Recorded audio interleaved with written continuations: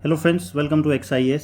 देखिए, लास्ट की वीडियो में हमने कहाँ तक कवर कर लिया था। हमने लास्ट वीडियो में इकोनॉमिक्स के जो करंट अफेयर थे वो देख लिए थे। सबसे पहली वीडियो जो हमने स्टार्टिंग में स्टार्ट किया था वो तो क्या था, हमने नेशनल अफेयर्स थे जो वो देखे थे। उसके बाद हमने क्या देखा था, इंटरनेशनल अफेयर्स देखे थे। ठीक है, उसके बाद में हमने इकोनॉमिक्स के जो करंट अफेयर हैं वो देखे थे। इकोनॉमिक्स के बाद में हमने एंड में कहाँ पे एंड किया था, हमने एंड किया था जहाँ पे हमारा बजट का कॉन्सेप्ट आ जाता है। ठीक है, उसके अलावा जो इकोनॉमिक सर्वे होता है, ये दो चीज़ें थी जो हमारी रह गई थी इकोनॉमिक करंट अफेयर में। देखिए, अगर मैं आपको इंपॉर्टेंस के हिसाब से बताऊं, सबसे ज़्यादा क्वेश्चन तो नेशनल अफेयर से आते हैं, प्लस में गवर्नमेंट स्कीम्स, जो कि हमने अपनी जो इकोनॉमिक्स वाली वीडियो थी उसमें देखे थे, और पहले भी हमने गवर्नमेंट स्कीम्स को कवर किया है। ठीक है, उसके बाद में आप देखोगे तो इकोनॉमिक्स हो गया, इंटरनेशनल अफेयर्स हो गया। अगर 50-50% आप डिवाइड करो तो नेशनल अफेयर्स का 50% ले लो, जिसमें आपकी गवर्नमेंट स्कीम्स भी आ जाएंगी, और उसके अलावा बाकी के टॉपिक्स, इतना इनका आप इंपॉर्टेंस देख सकते हो। तो अकॉर्डिंगली आपको अपना जो टाइम है वो डिवोट करना है। चलिए, हम आज के वीडियो में बजट से स्टार्ट करने वाले हैं। पहले बजट देखेंगे, उसके बाद में इकोनॉमिक सर्वे देखेंगे, लास्ट में हम कुछ प्लेसेस इन न्यूज़ जो रहे हैं पिछले साल में और अभी इस साल में वो देखेंगे। ठीक है, तो यूनियन बजट 2024-25 का किसने प्रेजेंट किया इसको, देखिए निर्मला सीतारमण जी हैं, ये हमारी फाइनेंस मिनिस्टर हैं, तो ऑब्वियसली यही प्रेजेंट करेंगी। सेवन्थ टाइम लगातार 7वीं बार इन्होंने बजट प्रेजेंट किया है, और इससे इन्होंने रिकॉर्ड की बराबरी भी कर ली है। किसके? सी डी देशमुख के। सी डी देशमुख हैं जिन्होंने 7 बार बजट कंटिन्यूसली प्रेजेंट किया था। फॉर्मर प्राइम मिनिस्टर थे जो मोरारजी देसाई, आपको पता होगा, जो फर्स्ट जनता पार्टी की सरकार आई थी 1978 में, उसमें मोरारजी देसाई थे जो प्रधानमंत्री बने थे। ठीक है, तो इन्होंने भी कितनी बार लगातार बजट प्रेजेंट किया हुआ है? ऑलरेडी 6 बार। ठीक है, सी डी देशमुख है जिन्होंने 7 बार करा हुआ है, और इस बार निर्मला सीतारमण जी ने रिकॉर्ड की बराबरी कर ली है। फाइनेंस मिनिस्टर ने 4 कास्ट, देखिए हमारे इंडिया में कास्ट सिस्टम फॉलो होता है, जिसमें टोटल आपको पता होगा वर्ण सिस्टम है जो एक्चुअली उसमें 4 वर्ण होते हैं। तो उसी कुछ लाइन पे निर्मला सीतारमण जी ने बोला कि इंडिया में 4 ही कास्ट हैं। कौन कौन से? गरीब यानी कि पुअर, महिलाएं यानी कि वुमेन, युवा यानी कि यूथ, अन्नदाता यानी कि फार्मर। आपको पता होगा इंडिया में आजकल कास्ट सेंसस और ये सब बहुत चल रहा है, तो उसी को एड्रेस करते हुए एक दूसरे डायमेंशन उन्होंने ओपन कर दी और बोला कि 4 कास्ट हैं इंडिया में, गरीब, युवा, महिलाएं और फार्मर्स। नेक्स्ट, बजट की थीम क्या थी? देखिए, बजट का जो फोकस था इस बार वो था एम्प्लॉयमेंट, स्किलिंग, MSMEs और मिडिल क्लास, इनके ऊपर फोकस रखा गया है इस बार बजट का। ये बजट का फोकस क्या था, इस पर तो शायद ही क्वेश्चन आएगा। बाकी जो निर्मला सीतारमण जी से रिलेटेड फैक्ट्स हैं उन पर क्वेश्चन आ सकता है। बजट की प्रायोरिटीज़, देखिए बजट में 9 प्रायोरिटीज़ मेंशन की गई थी, ये आपको पता होना चाहिए। प्रीलिम्स के साथ साथ ये मेंस में भी काम आ सकता है, काफ़ी हॉलिस्टिक है ये। Productivity and resilience in agriculture, employment and skilling, कि हम इंडिया में देखिए स्किलिंग के ऊपर काफ़ी काम कर रही है सरकार की, कैसे हम लोगों को स्किल दें ताकि लोग एम्प्लॉयबल हो सकें और जॉब्स वगैरह आराम से उनको मिल सके।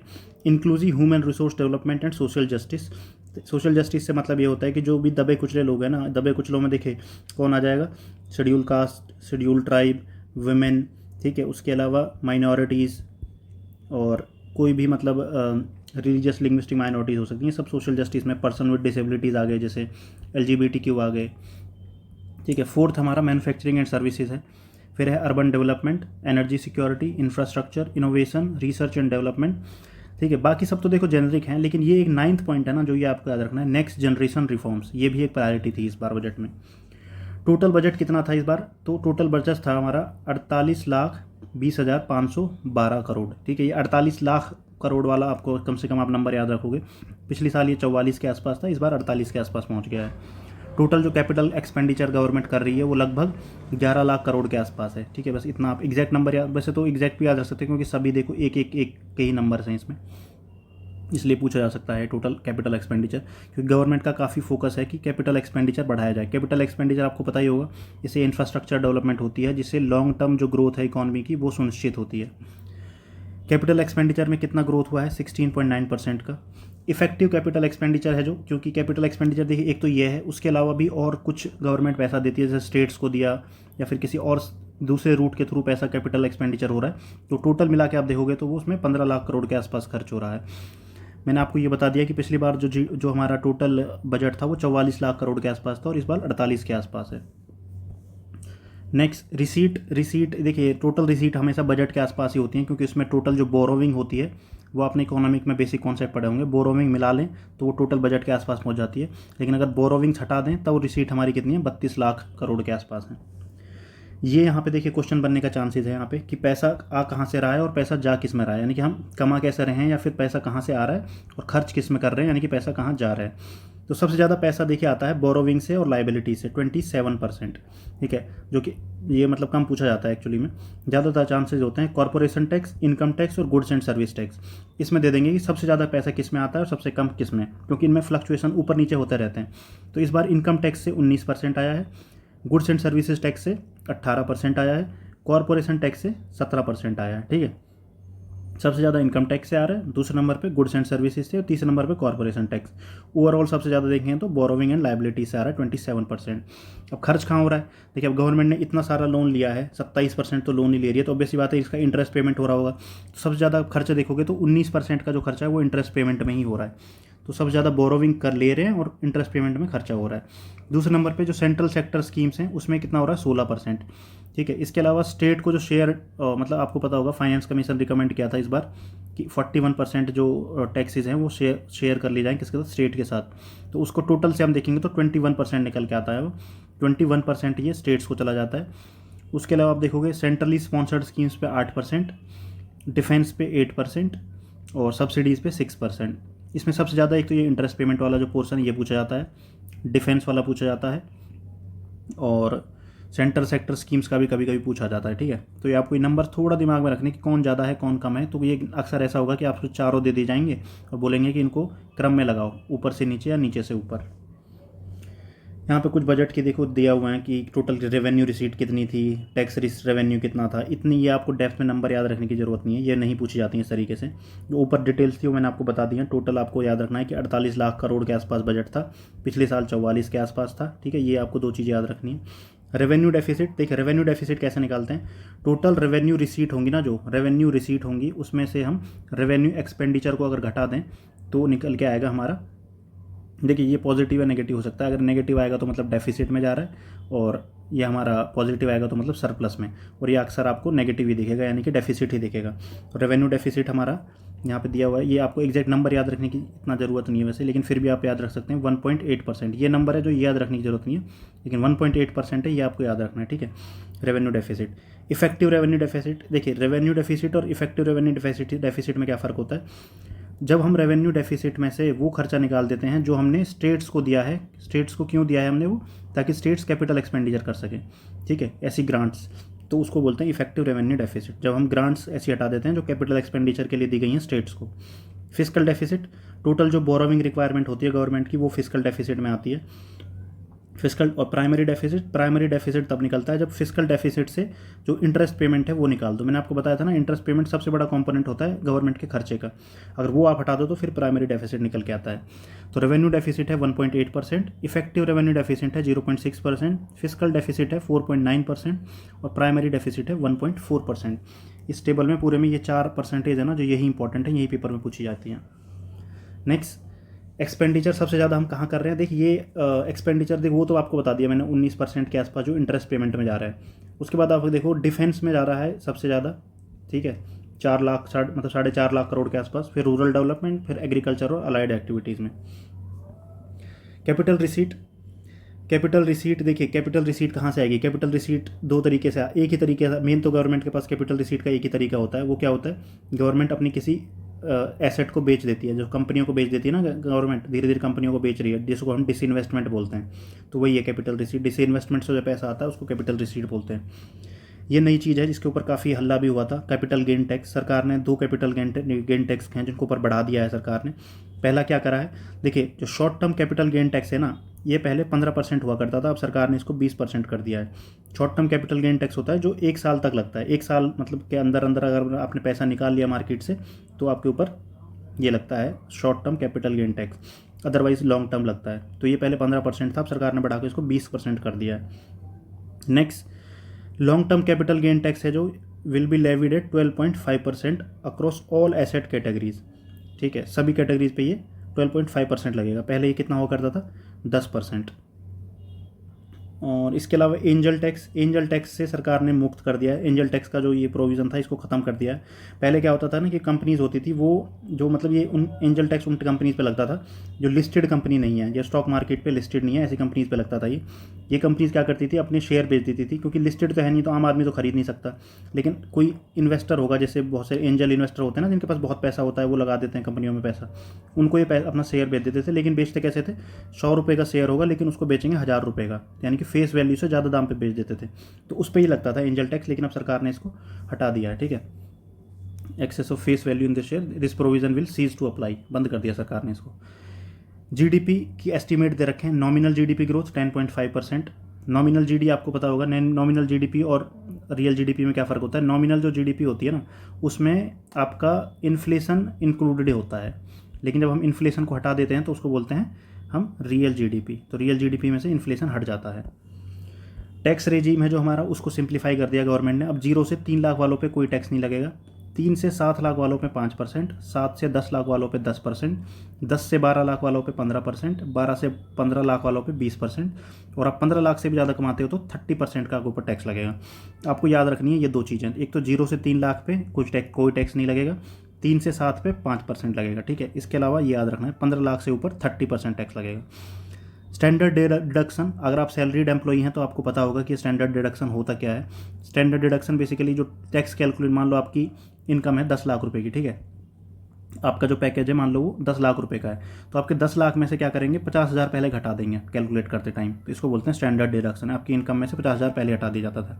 अब इस 50,000 को बढ़ा के सरकार ने 75,000 कर दिया है। एक दूसरा स्टैंडर्ड डिडक्शन और मिलता है on family pension for pension, जिनकी मतलब फैमिली, ऐसी कुछ फैमिलीज होती हैं जो पेंशन पे जी रही होती हैं, ठीक है, पेंशन या फिर उनकी एक छोटी मोटी इनकम होती है, तो उन ऐसे लोगों को जो अपना इनकम टैक्स रिटर्न है वो ना फाइल करना पड़े, उससे बचाने के लिए गवर्नमेंट ने जो इसकी जो लिमिट है उसको इंक्रीज़ कर दिया 15,000 से कितना, 25,000। Package of prime ministers 5 scheme for employment and skilling, मैंने आपको बताया था गवर्नमेंट की जो 9 प्रायोरिटी हैं उसमें एक सबसे इंपॉर्टेंट प्रायोरिटी इसमें से है स्किलिंग। अब स्किलिंग के लिए गवर्नमेंट ने 5 इनिशिएटिव लॉन्च करे हैं। पहली स्कीम है फर्स्ट टाइमर्स के लिए, जिन्होंने पहली बार जॉब ले रहे हैं, जो ठीक है, जॉब ले रहे हैं से मतलब ऐसा नहीं कि सिर्फ मार्केट में जॉब लेने से मतलब है जो ईपीएफओ में जिनका पीएफ अकाउंट खोल रहा है, ठीक है, ईपीएफओ में जिनका पीएफ अकाउंट पहली बार खोल रहा है, गवर्नमेंट उनको 15,000 रुपये देगी 3 इंस्टॉलमेंट में। ठीक है, 15,000 पे भी लिमिट है, मतलब एक्चुअली 15,000 ये मैक्सिमम लिमिट है। अगर मान लो आपकी सैलरी ही 11,000 है महीने की तो आपको 11,000 रुपये मिलेंगे, 15 नहीं मिलेंगे। लेकिन मान लो आपकी सैलरी 20,000 है तो उस केस में आपको सरकार कितना देगी, 15,000 ही देगी, 20 नहीं देगी। ठीक है, सरकार ने बोला कि हम पहली सैलरी आपको देंगे। पहली सैलरी अगर आपकी 15 से कम है तो आपको जितनी सैलरी उतने पैसे, लेकिन पहली सैलरी आपकी 15 से ज़्यादा है तो सिर्फ 15 ही मिलेंगे। दूसरी है job creation in manufacturing industry में जो कंपनीज़ हैं उनको सरकार पहले 4 साल में ईपीएफओ में जो कंट्रीब्यूशन कंपनियों को करना पड़ता है ना, उसमें सरकार मदद करेगी अगर वो कंपनी जॉब क्रिएट करती हैं तो। फिर है सपोर्ट टू एम्प्लॉयर्स, इसमें भी कुछ इस तरीके का ये ईपीएफओ कंट्रीब्यूशन है जो उसमें सरकार हेल्प करेगी। Next, centrally sponsored scheme for skilling, 20 lakh जो यूथ हैं वो उनको स्किल्ड करा जाएगा अगले 5 साल में। और जो हमारी आईआईटीज़ है ना, आईटीआईज़ जो इंडस्ट्रियल ट्रेनिंग इंस्टीट्यूट होते हैं, इनको अपग्रेड करा जाएगा। इसमें नए नए कोर्सेज लाएंगे जैसे artificial intelligence, drone making, drone repair, ऐसे इसमें वो लेके आए जाएंगे कोर्सेज। अभी इन आईटीआईज़ में क्या सिखाया जाता है, वेल्डिंग, कारपेंटर, ऐसे कोर्स सिखाए जाते हैं, लेकिन अभी नए ज़माने के कोर्सेज यहाँ पे सिखाए जाएंगे और इनको हब एंड स्पोक मॉडल पे डेवलप करा जाएगा। हब एंड स्पोक मॉडल क्या होता है, हब एंड स्पोक मॉडल ये होता है जैसे मान लो एक यहाँ पे आईटीआई है, मान लो ये दिल्ली में है, ठीक है, बाकी आईटीआई हैं जो मान लो एक फरीदाबाद में है, एक गुड़गांव में है, एक मान लो पलवल में है, एक सोहना में है और एक दूसरी आपकी कहीं मान लो फर्रुखनगर में है। तो ये जो एक आईटीआई है ना, इसको पहले डेवलप करेंगे और ये इन सबको मदद करेगी डेवलप होने में। इसको बोलते हैं हब, ये हब हो गया, ये स्पोक हो गए, ठीक है। स्पोक बोलते हैं तेरे डंडों को, जैसे पहिया होता है ना, पहिए के में ऐसे वो बने होते हैं डंडियाँ, तो ये पूरा हब है, मतलब बीच में यहाँ पे फिर स्पोक होते हैं चारों तरफ। एक इंटर्नशिप स्कीम है, ये उसी तरीके की है जैसे कांग्रेस ने अपने मैनिफेस्टो में डाली थी ना, जो स्कीम वही है एक तरीके से ये, कि 500 टॉप कंपनीज़ में 1 करोड़ यूथ को ट्रेन करा जाएगा इंटर्नशिप के थ्रू अगले 5 सालों में। यहाँ पे एक्सपेंडिचर बना रखा है कि मेजर कौन कौन से पे एक्सपेंडिचर होता है। सब्सिडीज़ पे सबसे ज़्यादा एक्सपेंडिचर होता है, लेकिन यहाँ पे सब्सिडी में पेंशन, डिफेंस और फर्टिलाइजर तीनों को इंक्लूड करा हुआ है। ओवरऑल हम देखेंगे तो डिफेंस पे हमारी गवर्नमेंट अगर इंटरेस्ट पेमेंट के बाद देखें तो दूसरे नंबर पर सबसे ज़्यादा खर्चा करती है। नेक्स्ट, अब कौन कौन सी नई स्कीम्स वगैरह लेके आई थी सरकार, तो ये पूर्वोदय स्कीम है। पूर्वोदय से आप इसको नॉर्थ ईस्ट से रिलेट मत कर लेना, ये सिर्फ ईस्ट से रिलेटेड है। ईस्ट में कौन कौन से राज्य आते हैं, बिहार, झारखंड, वेस्ट बंगाल, उड़ीसा और आंध्र प्रदेश। इन पर गवर्नमेंट का फोकस रहेगा, क्योंकि गवर्नमेंट का मानना है कि यहाँ पे कम डेवलपमेंट हुई है। और इसके पीछे रीज़न ये भी बता रहे हैं कि भाई इस बार सरकार है जो वो आपको पता है वो कोएलिशन गवर्नमेंट है, गठबंधन से बनी है, और उसमें बिहार और आंध्र प्रदेश का मेजर रोल है। तो इन स्टेट्स को कवर करने के लिए ये एक तरीके से कॉन्सेप्ट लाया गया है पूर्वोदय का, जिसमें इन स्टेट्स में इंडस्ट्रियल एक्टिविटीज़ को बढ़ाया जाएगा। जो गया है बिहार में, उसको एक इंडस्ट्रियल नोड की तरह डेवलप करा जाएगा। इसको हमने पहले भी डिस्कस कर चुके हैं। उसके अलावा ये पावर प्लांट लगाया जा रहा है यहाँ पे पीरपेंटी में, ये भी बिहार में ही है पीरपेंटी। आंध्र प्रदेश रिओर्गनाइजेशन एक्ट, ये कोपार्थी, जैसे गया को इंडस्ट्रियल नोड बनाया जा रहा है वैसे कोपार्थी नाम की जगह, ये भी हम पहले पढ़ चुके हैं। लेकिन अगर आपने ये वीडियो आप स्टार्टिंग से अच्छे से देख रहे हो ना सारे वीडियोस, तो आपको इतना तो समझ में आ रहा होगा कि बहुत सी चीज़ें ना रिपीट होना स्टार्ट हो गई हैं। तो ये भी ऐसे ही है, कोपार्थी हमने पढ़ा था, ठीक है। इसको भी ऐसे नोड बनाया जाएगा। जो गया है वो कौन से कॉरिडोर पे है, अमृतसर कोलकाता कॉरिडोर, और जो कोपार्थी है ये विशाखापट्टनम चेन्नई इंडस्ट्रियल कॉरिडोर के ऊपर है। ऐसे एक जगह है दूसरी, और वाकल, ये भी यहीं पे है आंध्र प्रदेश में। इसको हैदराबाद, ये हैदराबाद बेंगलुरु इंडस्ट्रियल कॉरिडोर है जो उसका पार्ट है, और इसको भी ऐसे ही डेवलप करा जाएगा। नेक्स्ट आप देखोगे यहाँ पे मुद्रा लोन्स की बात करिए। देखिए मुद्रा लोन एक स्कीम है, इसमें 3 कैटेगरी हैं, उन 3 कैटेगरी में लोन दिया जाता है। एक है आपकी शिशु, दूसरी है आपकी किशोर, और तीसरी है तरुण। शिशु में 50,000 तक का लोन दिया जाता है, किशोर में आपको 50,000 से लेकर 5 लाख तक का लोन दिया जाता है, और तरुण में पहले क्या होता था, आपको 5 लाख से 10 लाख तक का लोन दिया जाता था। लेकिन अब इसकी अपर लिमिट है ना, उसको 20 लाख कर दिया गया है, ठीक है। ये आपको याद रखना है मुद्रा लोन में। मुद्रा लोन के बारे में एक इंपॉर्टेंट फैक्ट और है कि मुद्रा लोन में जो बेनिफिशरीज है ना, उसमें से अराउंड 69% वुमेन है, ठीक है। वुमेन को लोन दिया गया है। नेक्स्ट, पीएम सूर्य घर मुफ्त बिजली योजना, ये भी रिपीट हो गया, कई बार हम देख चुके हैं। इसमें 1 करोड़ लोगों के घर में सोलर रूफटॉप लगाए जाएंगे और 300 यूनिट बिजली मुफ्त दी जाएगी। नेट मीटर का जो कॉन्सेप्ट है वो मैं आपको समझा चुका हूँ, ग्रिड कनेक्टिविटी से related. Next, infrastructure investment by central government, ये आपको बता दिया ऊपर मैंने। कैपिटल एक्सपेंडिचर कर रही है सरकार 1111 करके 11 लाख करोड़ के आसपास है ये, ठीक है। 3.4% बनता है जीडीपी का ये। टूरिज्म में विष्णुपद टेम्पल है बिहार में, उसको डेवलप करेगी गवर्नमेंट। इसके अलावा महाबोधि टेम्पल कॉरिडोर डेवलप होगा राजगीर में। एक विष्णुपद टेम्पल कॉरिडोर, एक महाबोधि टेम्पल कॉरिडोर, दोनों कहाँ हैं, बिहार में। एनपीएस वात्सल्य, पिछले में भी डिस्कस करी थी हमने कि पेरेंट्स अपने बच्चों के बिहाफ पे एनपीएस अकाउंट खोल सकते हैं, जो बाद में बच्चे बड़े होने पे कन्वर्ट करा सकते हैं रेगुलर एनपीएस अकाउंट में। नेक्स्ट, गवर्नमेंट की स्कीम्स हैं। ज़्यादातर स्कीम हम पहले डिस्कस कर चुके हैं, लेकिन फिर भी रिवीजन के लिए एक बार देखने वाले हैं। शॉर्ट में आपको बता दूंगा किसमें क्या है। Mahatma Gandhi national rural employment guarantee programme, जिसको एमजी नरेगा बोलते हैं, ठीक है। ये वही स्कीम है, इसमें 100 डेज़ की गारंटेड वर्क मिलता है आपको। प्रधानमंत्री आवास योजना अर्बन और रूरल, इसमें अर्बन एरियाज़ में घर दिया जाता है, इसमें रूरल एरियाज़ में। एक इंपॉर्टेंट फैक्ट है इससे रिलेटेड कि जो इसमें एक प्रोविज़न है कि जो लैंड की डीड होगी ना, मतलब घर किसके नाम करा जाएगा, उसमें एक लेडी का नाम होना जरूरी है। नेक्स्ट, जल जीवन मिशन, ये 2019 में लॉन्च करा था सरकार ने, इसको 5 साल हो गए हैं। इसका गोल क्या है, हर एक इंडिविजुअल के घर में functional house hold tap connection लगाए जाएंगे और हर बंदे को रोजाना 55 लीटर पानी दिया जाएगा। नेशनल हेल्थ मिशन, वैसे तो नेशनल हेल्थ मिशन 2005 में लॉन्च हुआ था, और नेशनल डिजिटल हेल्थ मिशन 2020 में लॉन्च करा था 15 अगस्त पे हमारे प्रधानमंत्री ने। नेशनल हेल्थ पॉलिसी कब लॉन्च हुई थी, 2017 में। समग्र शिक्षा अभियान है, जो ये 12th क्लास तक जो क्वालिटी ऑफ एजुकेशन है उसको अच्छा करने से रिलेटेड है, ठीक है। और पीएम श्री स्कीम भी है। पीएम श्री का मतलब है स्कूल फॉर एक तरीके से राइजिंग इंडिया, ठीक है। इसमें स्कूल में जो इंफ्रास्ट्रक्चर है उसको अपग्रेड करा जा रहा है, डिजिटल बोर्ड वगैरह लगाए जा रहे हैं। सक्षम आंगनवाड़ी एंड पोषण 2.0, ओवरऑल जो न्यूट्रिशनल क्वालिटी है वो उसको इंक्रीज करा जाएगा, ताकि बच्चों में जो malnourishment, undernourishment, stunting, wasting, इनके, इसको मैंने आपको ट्रिक बताया था ना, क्या SWUM, स्वम, जो ग्लोबल हंगर इंडेक्स आता है ना, जिसमें हमारी इस बार रैंक 105 है, वो इसी कैटेगरी को लगा, इसी 4 क्राइटेरिया को यूज़ करता है। कौन कौन से, स्टंटिंग, वेस्टिंग, अंडर नरिशमेंट और माल नरिशमेंट। नेक्स्ट, प्रधानमंत्री कृषि सिंचाई योजना। कृषि सिंचाई योजना, इसका जो गोल है वो है कि जो इरिगेशन के अंदर हमारा एरिया है उसको बढ़ाया जाए, और साथ में जो माइक्रो इरिगेशन होता है, जिसको ड्रिप इरिगेशन भी बोलते हैं, उसका यूज़ बढ़ाया जाए। आयुष्मान भारत, ये हमें पता ही है, PMJ आयुष्मान भारत भी बोलते हैं इसको, और PMJ भी बोलते हैं। इसमें 5 लाख का फैमिली को पर साल का बीमा दीवन किया जाता है, मतलब एक तरीके से वो हेल्थ इंश्योरेंस होता है। स्वच्छ भारत मिशन अर्बन, देखिए स्वच्छ भारत मिशन आपको पता होगा, ये 2014 में लॉन्च हुआ था। इसको लीड किसने करा था, परमेश्वर अय्यर ने। स्वच्छ भारत मिशन ग्रामीण, इसको भी कुछ पैसे दिए गए हैं। मिशन शक्ति, ये हमने पिछले वीडियो में भी देखा था, ये एक अम्ब्रेला स्कीम है मिशन शक्ति। इसके अंदर बहुत सारे स्कीम्स आते हैं छोटे छोटे। एक हमने पालना स्कीम देखा था जिसमें क्रैच इस्टेब्लिश किए जा रहे हैं, ठीक है। मैं आपको बताया था ना, ये जो क्रैच है ये क्यों इस्टेब्लिश करे जा रहे हैं, क्योंकि गवर्नमेंट ने बजट में भी बोला था और जो लेबर कोड है उसमें भी इनके बारे में बात करी गई थी। नेक्स्ट, प्रधानमंत्री उच्चतर शिक्षा अभियान, इसको पीएम ऊषा बोलते हैं। पीएम ऊषा का गोल है हायर एजुकेशन है जो, उसमें क्वालिटी लाई जाए ताकि एम्प्लॉयबिलिटी बढ़ सके हमारे स्टूडेंट्स की।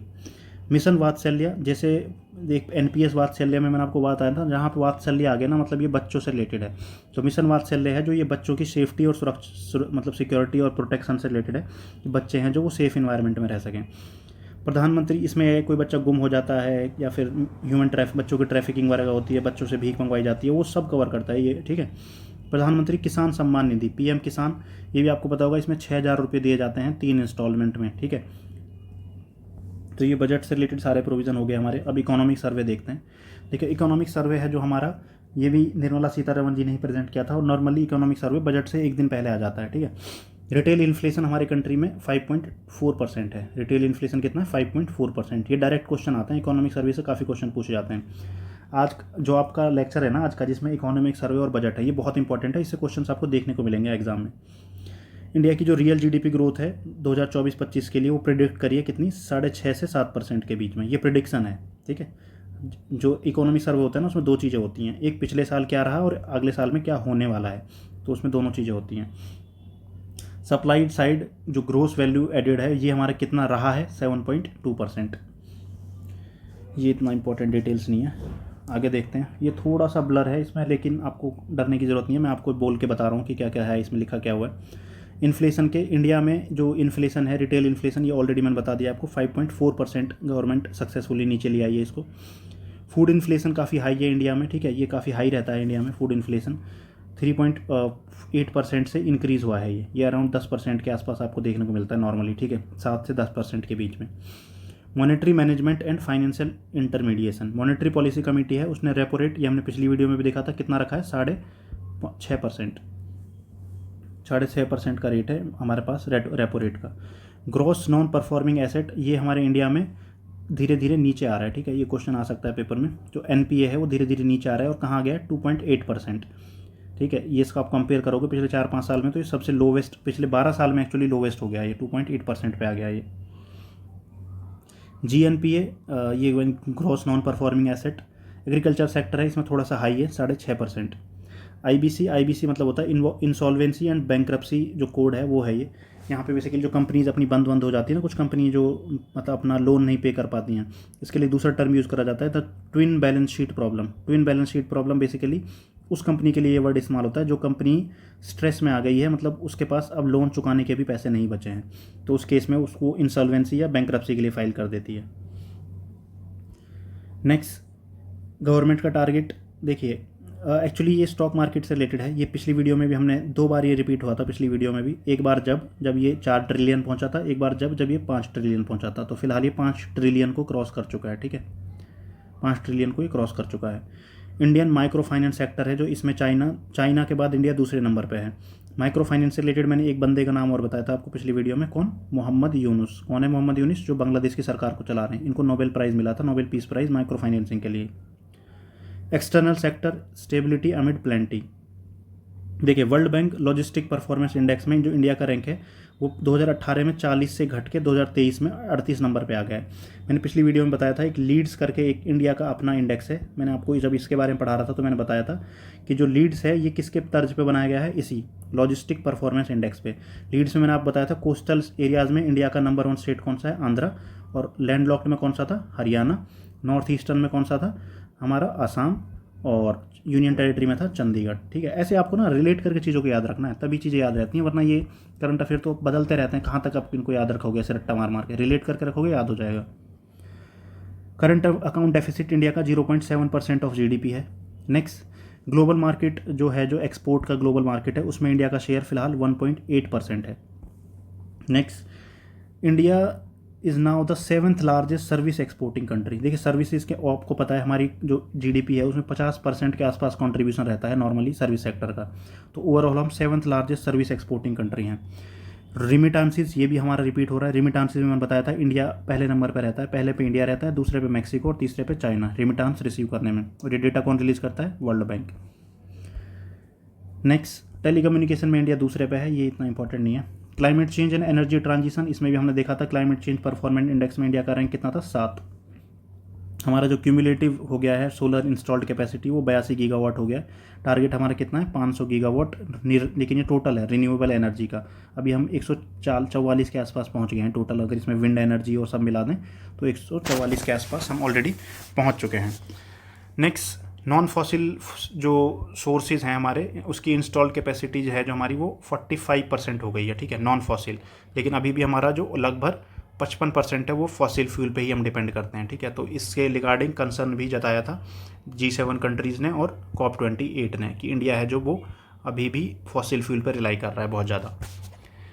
नेक्स्ट, पिछले, ये देखिए इतना इंपॉर्टेंट नहीं है लेकिन फिर भी देख लेते हैं। 2005 से 2019 के बीच में जो कंपाउंड एनुअल GDP ग्रोथ रही है इंडिया की वो कितनी रही है? 7%। लेकिन जो एमिशंस ग्रो कर रहे हैं वो सिर्फ 4% पे कर रहे हैं। इसका मतलब ये है कि हम थोड़ा सस्टेनेबल तरीके से चल रहे हैं, ऐसा नहीं है कि अंधाधुंध हमारे यहाँ पे एमिशंस हो रहे हैं। नेक्स्ट, दो फिस्कल ईयर 2018 से 2024 के बीच में जो नॉमिनल GDP ग्रोथ है वो 9.5% है, लेकिन जो वेलफेयर एक्सपेंडिचर है वो 12.8% हुआ है। इससे क्या पता चलता है कि GDP ग्रोथ से ज़्यादा हम किस पे खर्चा कर रहे हैं? वेलफेयर एक्टिविटीज़ के ऊपर। गिनी कोफिशिएंट है, ये क्या बताता है? ये एक कंट्री के अंदर इनकम इनइक्वालिटी को देखता है कि कितनी ज़्यादा इनकम इनइक्वालिटी है, ठीक है। ये जितना ज़्यादा होता है उतनी ही ज़्यादा इनइक्वालिटी होती है, और जितना ये जीरो के पास में होगा उतनी ही इनइक्वालिटी कम होती है, मतलब इनइक्वालिटी नहीं है, कम है। तो इंडिया में ये 0.2 से घट के 0.266 पे आ गया है रूरल के लिए, एरियाज़ के लिए, और अर्बन एरियाज़ के लिए 0.3 से घट के 0.36 से घट के 0.314 पे आ गया है। देखिए हायर एजुकेशन में फ़ीमेल का जो पार्टिसिपेशन है वो बढ़ रहा है। PM आवास ग्रामीण, इसमें कितने घर बनाए गए इतना इंपॉर्टेंट नहीं है। ये रोड कंस्ट्रक्शन कितना करा गया ये भी इतना इंपॉर्टेंट नहीं है। ये इंपॉर्टेंट है, इकोनॉमिक सर्वे बोलता है कि इंडिया में जो यूथ है जो कॉलेज से ग्रेजुएट होकर निकल रहा है उसमें से सिर्फ आधे लोग ही हैं एलिजिबल हैं जो किसी जॉब के लिए, यानी कि 51.25% लोग ऐसे हैं जो एलिजिबल नहीं है जॉब के लिए, उनके अंदर स्किल्स ही नहीं है। इंडिया का जो पर कैपिटा इनकम है वो 1990 के बाद से 7 टाइम्स बढ़ गया है, और जो हमारा टारगेट है 2047 तक वो है 14.9 लाख रुपए हम चाहते हैं कि पर कैपिटा इनकम हो जाए। कब तक? 2047 तक। अनएम्प्लॉयमेंट रेट कितना है फिलहाल हमारा? 3.2%। देखिए फैक्चुअल चीज़ें हैं लेकिन ये पेपरों में ना पूछी जाती हैं, तो आपको याद रखना है इनको। पीरियोडिक लेबर फोर्स सर्वे है जो इसने बोला है कि 45% ऑफ द वर्क फोर्स जो इंडिया में है वो किस में काम करती है? एग्रीकल्चर में। ये डेटा कहीं आपको 46% मिलेगा, कहीं 45, तो आप लगभग याद रख लीजिए कि मतलब 45 से 50% के आसपास लोग आज भी हमारे इंडिया में खेती पर निर्भर करते हैं, जबकि खेती का जो कॉन्ट्रीब्यूशन है उसमें एग्रीकल्चर और अलाइड एक्टिविटीज़ हैं जो GDP में कितना कॉन्ट्रीब्यूट करती हैं? 18%। इसका मतलब 45% लोग मिलके सिर्फ 18% कॉन्ट्रीब्यूट कर रहे हैं GDP को। तो यहाँ पे हमें क्या केस देखने को मिल रहा है? अनडिस्गाइज्ड अनएम्प्लॉयमेंट, छिपी हुई यहाँ पे बेरोजगारी है। गिग वर्क फोर्स से ये एक्सपेंड कर रही है इंडिया में, ये 2.35 करोड़ पहुँच जाएगी 2029-30 तक। एग्रीकल्चर एंड फूड मैनेजमेंट, देखिए यहाँ पे वो फैक्ट लिखा हुआ है जो मैं आपको बता रहा था, लगभग 40 से 45% लोग मिलके सिर्फ 18% कॉन्ट्रीब्यूट कर रहे हैं GDP में। किसान क्रेडिट कार्ड, इसकी जो लिमिट है वो आपको 3 लाख तक देखने को मिलती है नॉर्मली, लेकिन ये बैंक के ऊपर भी डिपेंड करता है, बैंक इसको ऊपर नीचे करते रहते हैं। तो टोटल 7.5 करोड़ अब तक किसान क्रेडिट कार्ड इशू हो गए हैं, ठीक है, बैंकों के द्वारा। Next, small and medium matters में जो इकोनॉमी है उसके बारे में बात करते हैं। इकोनॉमिक ग्रोथ है जो 8.2% रही है 2024 के लिए, मतलब ये ऐसा बोला जा रहा है। जो इंडस्ट्रियल ग्रोथ है वो 9.5% प्रिडिक्ट करी जा रही है। नेक्स्ट, इंडिया का जो फार्मास्यूटिकल मार्केट है ये वर्ल्ड का 3rd लार्जेस्ट मार्केट है, फार्मास्यूटिकल मार्केट, और 2nd लार्जेस्ट इंडिया मैन्युफैक्चरर है किसका? कपड़ों का। इंडिया की जो इलेक्ट्रॉनिक्स मैन्युफैक्चरिंग सेक्टर है ये 3.7% कॉन्ट्रीब्यूट करती है ग्लोबल मार्केट में। सर्विस फ्यूलिंग ग्रोथ, देखिए सर्विस हमारे इंडिया में मैंने आपको बता दिया 50% अगर कंट्रीब्यूट कर रही है तो मतलब ऑब्वियस सी बात है इसका ये काफ़ी इंपॉर्टेंट हो जाती है। और ये देखो यहाँ पे लगभग 55% के आसपास बोला हुआ है यहाँ पे, तो ये 50 से 55 ही दिखेगी आपको, ठीक है, जहाँ भी इसका कॉन्ट्रीब्यूशन दिखेगा। नेक्स्ट, इंडिया की जो कंपनीज़ हैं वो 65% कंपनी सर्विस सेक्टर में ही हैं। ग्लोबली इंडिया का जो सर्विस एक्सपोर्ट है वो 4.4% है total world commercial service export का। टूरिज्म में देखें तो इंडिया में 92 लाख फॉरेन टूरिस्ट इंडिया में इस बार आए हैं, ठीक है, 92 लाख टूरिस्ट इंडिया पहुँचे इस बार 2023 में। नेक्स्ट इंडियन रेलवेज यहाँ पे ये अपनी जो कोचेज़ हैं उसमें वंदे मेट्रो के नाम से ट्रेन सेट है जो कोचेज़ है वो मैन्युफैक्चर करेगा और ऐड करेगा 2025 तक। तो मैंने आपको बताया ना, इकोनॉमी सर्वे में दोनों तरीके की चीज़ें होती हैं। कुछ यहाँ पे क्या हुआ पिछले साल 2023 में वो बताएंगे ये, और क्या 2024-25 में होने वाला है वो बताएंगे। इंडिया की जो रैंक है इंटरनेशनल शिपमेंट कैटेगरी में world Bank logistic performance index, देखिए ओवरऑल देखोगे तो आप इंडिया की रैंक 38 और 39 है, लेकिन यहाँ पे आप देखोगे तो 22 है। कब? जब हम शिपमेंट कैटेगरी में देखते हैं। ठीक है, यहाँ पे देखिए ये हमारा इकोनॉमिक सर्वे और बजट यहाँ पे हो गया है। अब हम कुछ प्लेसेस इन न्यूज़ देख लेते हैं इस वीडियो में, ठीक है, क्योंकि ये वीडियो थोड़ा छोटा है अभी दो, इसीलिए इसमें हमारे पास स्कोप है। तो प्लेसेस इन न्यूज़ हैं कुछ, वो हम कवर कर लेते हैं। तो सबसे पहला हमारा प्लेसेस इन न्यूज़ है सतारा। सतारा में इंडिया का पहला सोलर विलेज बनाया गया है।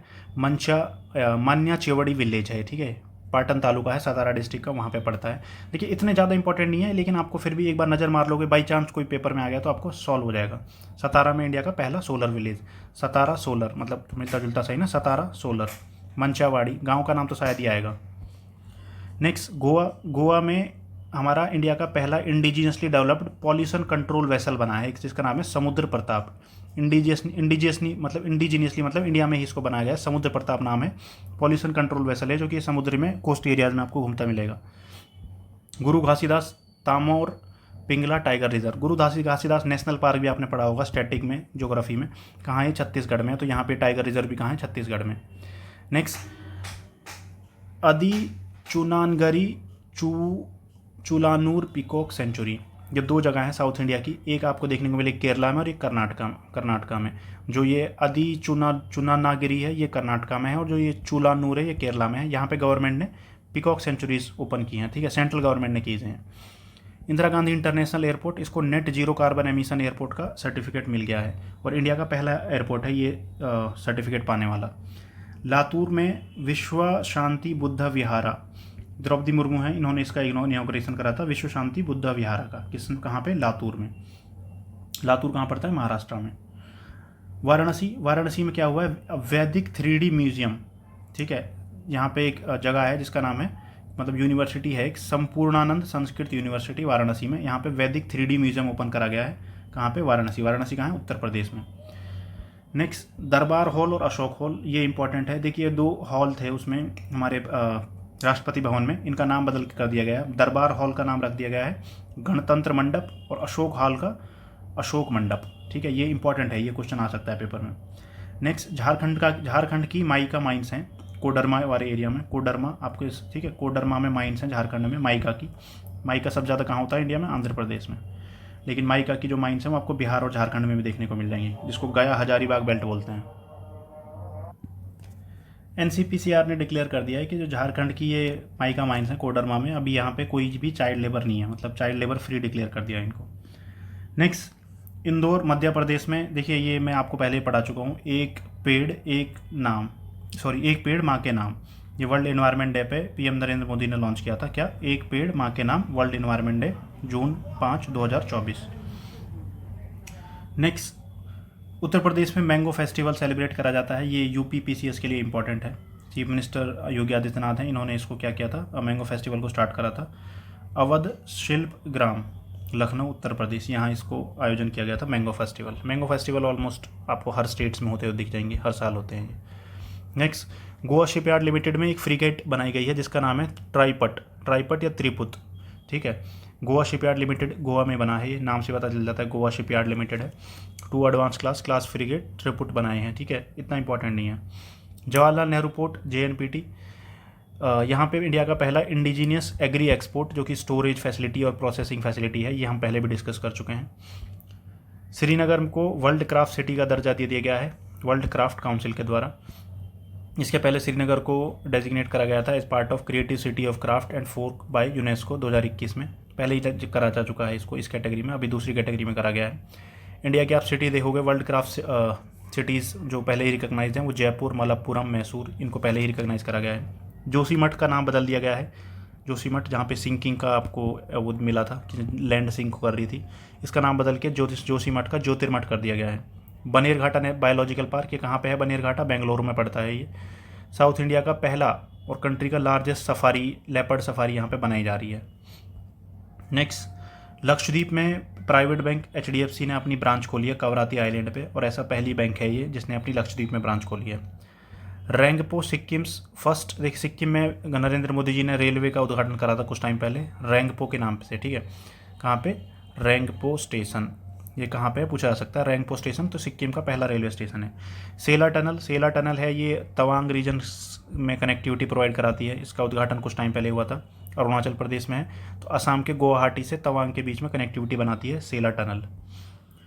कोची, कोची के अंदर 7th सेशन हुआ है कोडेक्स का। कोडेक्स है ये असली, ये मतलब अलग अलग खाने पीने की चीज़ों से रिलेटेड ये मीटिंग्स होती हैं। जैसे कोडेक्स एलिमेंटोरियस कमीशन है, उसने मिलेट से रिलेटेड देखता है वो। ऐसे यहाँ पे ये स्पाइसेस और क्यूलिनरी जो हर्ब्स है उनसे रिलेटेड है, ठीक है। कोडेक्स कमेटी कहाँ पे हुई है? कोची में मीटिंग हुआ है इसका। संभल में श्री कल्की धाम टेम्पल है, इस ये बनाया जा रहा है श्री कल्की धाम टेम्पल संभल।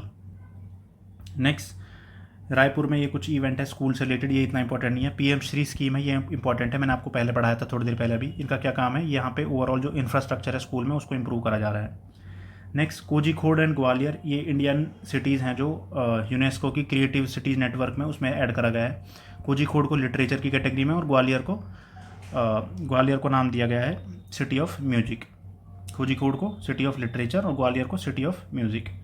Next Kongthong village, Kongthong village ये ईस्ट खासी हिल्स में है। ईस्ट खासी हिल में एक फेमस और जगह और है कौन? मौसिन राम, जहाँ पे दुनिया में सबसे ज़्यादा बारिश होती है, इंडिया में भी सबसे ज़्यादा।